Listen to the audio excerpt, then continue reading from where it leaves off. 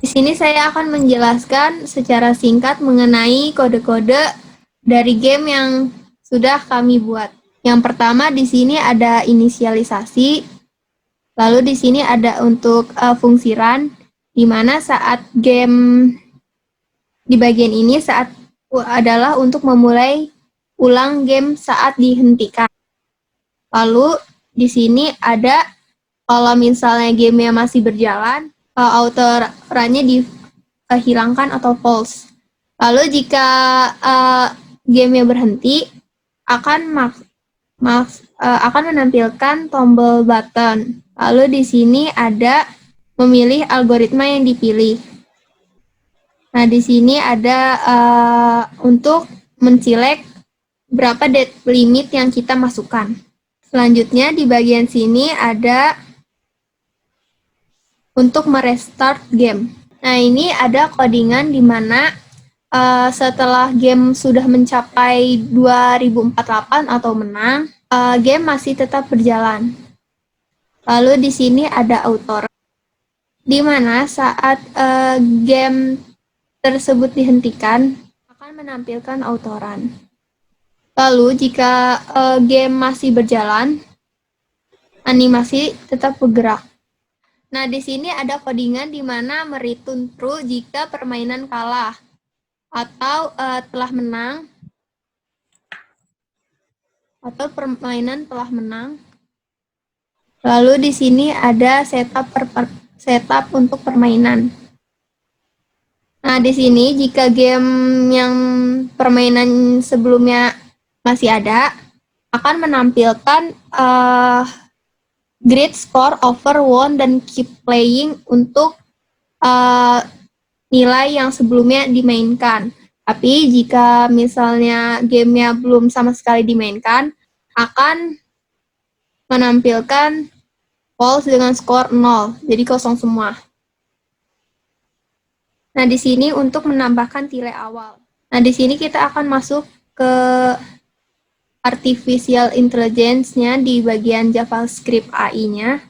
Di sini ada auto status jika dia running akan bernilai false, dan di sini untuk memperbarui akwator. Di sini ada fungsi add start tiles, di mana add start tiles ini sudah diatur besarnya 2, dan di sini akan menambahkan random tile. Nah, random tile di sini akan keluar angka 2 atau 4 dengan persentase keluarnya angka 2 adalah 90% dan angka 4 adalah 10%. Kemudian setelah sudah ditentukan tile yang mana, tilenya akan diinsert ke dalam grid yang telah ditentukan. Kemudian ada fungsi actuate. Actuate ini ada kondisi jika base score yang sebelumnya kurang dari skor yang didapatkan saat ini, base score yang sebelumnya akan ditimpa dengan skor yang saat ini. Dan jika permainannya telah berakhir atau game over, seluruh keadaan di dalam permainan akan di-clear semua. Tetapi jika tidak, maka akan diatur dengan fungsi serialize. Serialize di sini akan mengembalikan nilai grid score over one and keep playing. Kemudian di sini ada fungsi prepare tiles ini. Prepare tiles ini adalah menyimpan semua posisi tile saat ini dan akan menghapus info merge. Ini bisa kita lihat di sini, this.merge sama dengan 0 dan tile.save position. Nah, kemudian jika kita menekan tombol panah atau huruf ASDW, posisi tile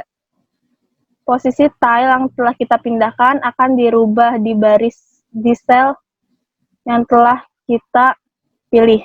Kemudian di sini ada fungsi move. Fungsi move di sini merupakan arah untuk menggerakkan tile-tile di dalam permainan tersebut. Move di sini merupakan fungsi yang mewakili angka 0, 1, 2, 3. Angka 0, 1, 2, 3 ini mewakilkan untuk pergerakan ke atas, angka 1 untuk ke kanan, angka 2 untuk ke bawah, angka 3 untuk ke kiri. Kemudian jika game telah dipaksa diberhentikan, dia tidak akan melakukan apa-apa. Di sini saya akan melanjutkan penjelasan dari teman saya sebelumnya. Pada kode berikut, di sini untuk mengubah grid yang tepat setelah memindahkan tiles. Lalu di sini ada if pertama itu untuk mengecek apa tiles di depannya itu masih kosong atau ada. Apabila dia masih kosong, dia akan akan menaruh tiles yang terjauh. Lalu kita masuk ke dalam if lagi. Nah, di sini akan mengecek apabila dia di depannya ada tiles yang berjumlah sama, dia akan melakukan penggabungan. Setelah melakukan penggabungan, maka akan muncul lagi tiles baru, yaitu dua tiles baru yang bentuk dua posisi baru juga. Untuk update yang di sini, apabila tiles telah digabungkan ke angka yang sama, maka dia akan menambahkan skor. Untuk else di sini, dia akan mengecek apabila di depannya ada tiles yang berangka sama, dia akan masuk ke if, lalu menggabungkan, dan apabila dia tidak ada, maka dia akan menaruh di posisi yang terjauh atau posisi yang kosong.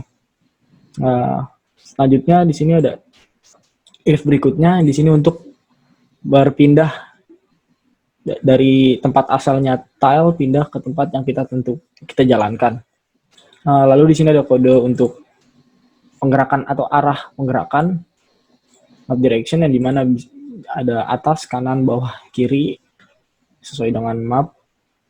Di sini ada daftar posisi untuk dilintasi di urutan yang benar atau melakukan dorong ke atas, bawah, kanan, kiri. Selanjutnya di sini ada untuk membuat daftar posisi yang dapat kita lintasi dengan urutan yang benar. Lalu di sini ada lintasan seperti lintasan kosong yang bisa kita pilih untuk menggerakkannya. Selanjutnya di sini ada pengecekan untuk apabila di depan ada hambatan atau tidak untuk menggerakkan tiles. Nah, di sini dalam return ini adalah untuk memeriksa jika penggabungan diperlukan, bisa digabung atau tidaknya tiles tersebut. Di sini untuk menjalankan tiles. Dan untuk kode terakhir di sini itu untuk memeriksa kecocokan penggabungan dari beberapa tiles. Dan apabila dia bisa digabungkan, maka tiles tersebut akan bertambah nilainya, lalu menyimpannya. Apabila tiles tersebut tidak bisa digabungkan, maka tiles harus bergerak ke arah yang lain yang bisa digabungkan. Seperti di sini contohnya. Memeriksa posisi kesamaan. Apakah angka tersebut sama atau tidak. Apabila sama, dia akan gabung. Apabila dia tidak, maka tidak akan bisa mengarah ke tiles tersebut. Sekian untuk JavaScript utama, maka selanjutnya akan dijelaskan oleh teman saya, yaitu file AI atau JavaScript pada Artificial Intelligence pada game ini. Selanjutnya saya akan menjelaskan file JavaScript pada AI atau Artificial Intelligence pada game ini yang bersambung dari Game Manager atau file JavaScript utama kita.